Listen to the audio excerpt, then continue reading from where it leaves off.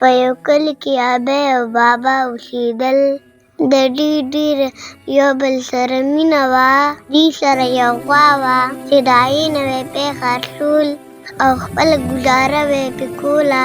او بابا په پټي کې کار کاوه چې په دې سره به یې خپله روزي پیدا کوله. بابا ډېر محنتي و. ټوله ورځ به یې په پټي کې کار کاوه او ورسره به یې غوا هم څروله. هغه سره ډېره مینه کوله. ډېر خیال به یې ول ساته. خو په دې کلي کې یو مالداره سړی و چې ډېر کنجوسه و. هغه به هر وخت د پیسو جمع کولو په فکر کې و او هر وخت به یې دا سوچ کوو چې دا پیسې څنګه ډېرې کړم. ده چې به دا بابا ولیدو چې ډېر خوشحاله وي نو دوی به سم غوسه شو او ځان سره به یې ویل دا بابا په څه دومره خوشحاله دی، موږ خو اډو دومره خوشحاله نه شو. دا بابا دومره خوشحاله دی او زه سره د پیسو خفه یم.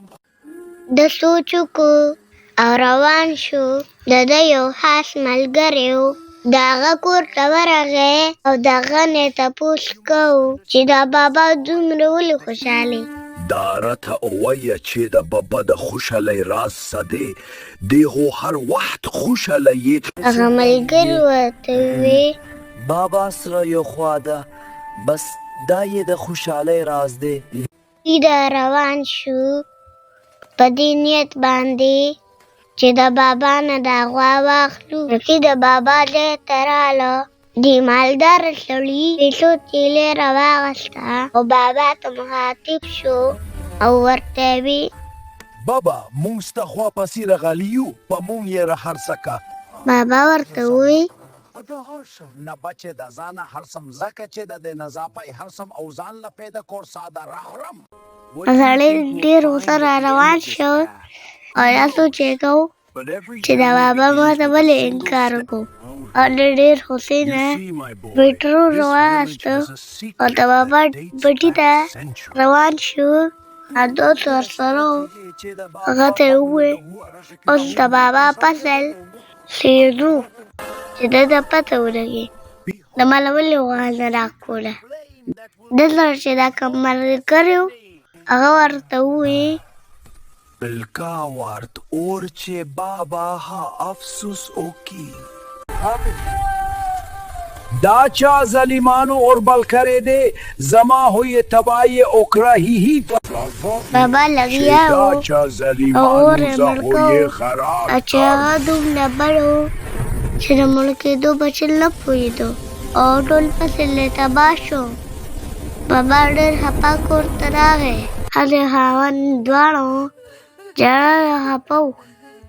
بابا ښځې ته وویل چې دا غوا به خرڅه کړو او د کور سودا به پرې راوړو. زه غوا هر څوم ځکه چې نور خو مونږ سره څه نشته. ښځې ورته وویل او کنه زه خو به غوا پسې خفه یم، خو څه وکړو اوس مجبوره یو. بابا غوا روانه کړه چې په بازار کې هر څه کېږي. بابا ډېر خفه و خو مجبور و او په دې وجې هغه غوا خرڅوله. بابا سره لږې پیسې وي نو چې په لاره ته نو بابا ځان سره وویل دلته هو ځنګل دی اسې نه څوک رانه دا پیسې پټي کي داسې کوم چې دا پیسې د غوا ته مرۍ کې غوطا کوم. بابا هغه پیسې راواخیستې او غوا له مرۍ کې وډه کړې.